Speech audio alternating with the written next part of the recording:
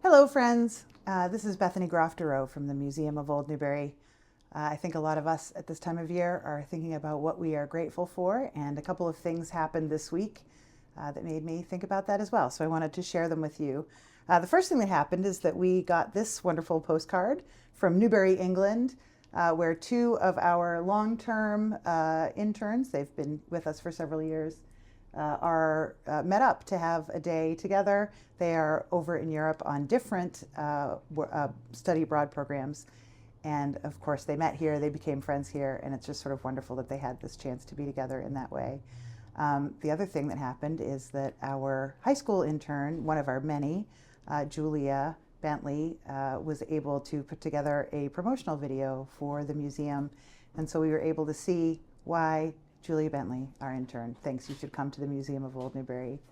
So as we're moving towards our season of giving and thinking about our annual fund, I just wanted to encourage you all to listen to Julia and support the Museum of Old Newbury. Have a wonderful holiday, and take it away, Julia. Bethany Grofterow, and I am the Executive Director of the Museum of Old Newbury. My name is Shelley Swafford, and I'm the Operations Manager at the Museum of Old Newbury. I'm Lily Baumfeld, and I'm an intern here.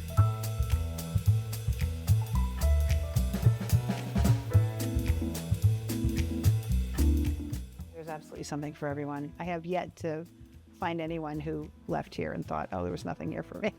We constantly have people that will come in and say, walk by this place for the last 30, 40 years, and I've never actually stepped foot in here. And once they do, they're always absolutely floored about what we have and what we do. I think some people just come because they like old houses or they like old buildings and they kind of want to know what we are. They like history. But if you're doing family history or if you're into textiles or silver, different particular areas of collecting, we have a lot of art, a lot of history. We have a lot of artifacts from around the world. And literally, you'd never know what you're going to see around every corner. And figure out your own niche, too, while you're at it.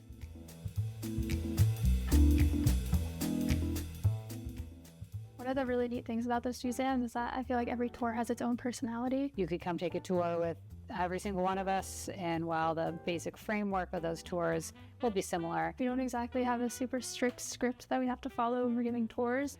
Every tour will be different. Every tour that I've tagged along on with other docents, I've always learned something new. We'll be able to find out what thing our visitor will connect to and offer them that. It's just a really neat opportunity to kind of figure out what the people who are coming in want to learn, and then you can kind of tailor the tour to that person. Which I think keeps it fresh and interesting.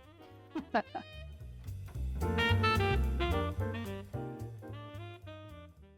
are the archive of the community. We preserve the history of this area. In a lot of ways, communities carry their history with them in the architecture and built environment, but also just sort of in the spirit of a place. And so I think the more people know about their community, the more they feel at home here.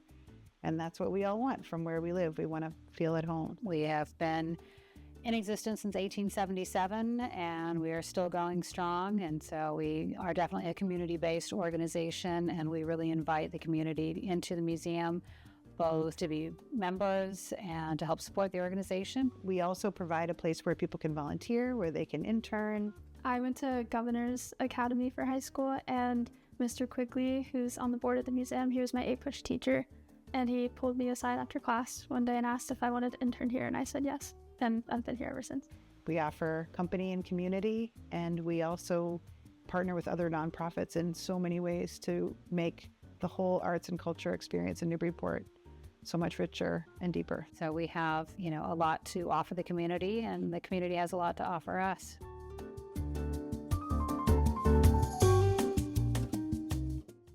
Now we are at about 700 members, which benefit folks for free tours of the museum, discounts or free admissions to our programs. But we serve something like 8,000 to 10,000 people a year. We directly serve them, so we're communicating with them. It's not just people that look at a social media post. We do lectures, we do architectural walking tours, concerts, parties. We do all kinds of fun stuff. So we're going to keep on doing the work that we need to do to reach out. Now that everything's pretty stable, we just opened a major new storage, Perkins Art and Research Center. And I'm hoping that now that that's happened, we can start thinking about how we can grow and not just how we can keep doing what we've been doing. Although what we've been doing keeps us plenty busy. So I think my goal is to not leave until we have over 1,000 members. So a little ways to go, but it's attainable. I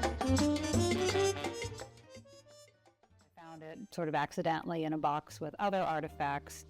And I don't remember why I was going through the box, but I opened it up and I was looking through it, and we have a piece of ship's decking that has fragments of a sailor's elbow bone embedded into it.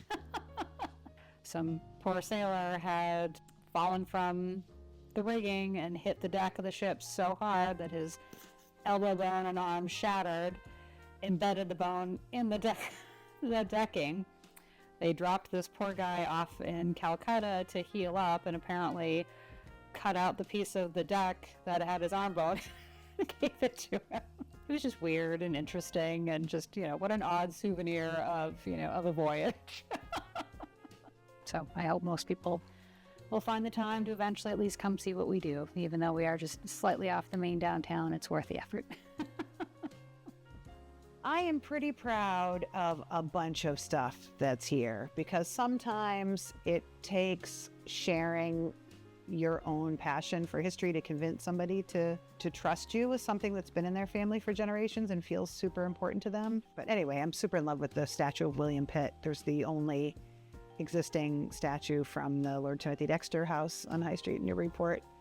And it belonged to the Smithsonian until this year, when we worked out an agreement and they transferred ownership to us. So that's a big deal. The Smithsonian, isn't known for giving their collections away. That was a big vote of confidence from them to trust us with an object that was entrusted to the American people. It was a pretty big deal to be able to receive that back into town, It should be here.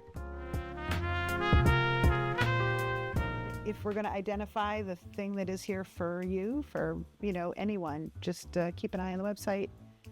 Give us a call, ask Julia. But there is a place for you here at the Museum of Old Newbury. Yeah, great. Thank you so much. You're so welcome. Cool. Thank you. Yeah. Appreciate you. Great interview. Thank you very much.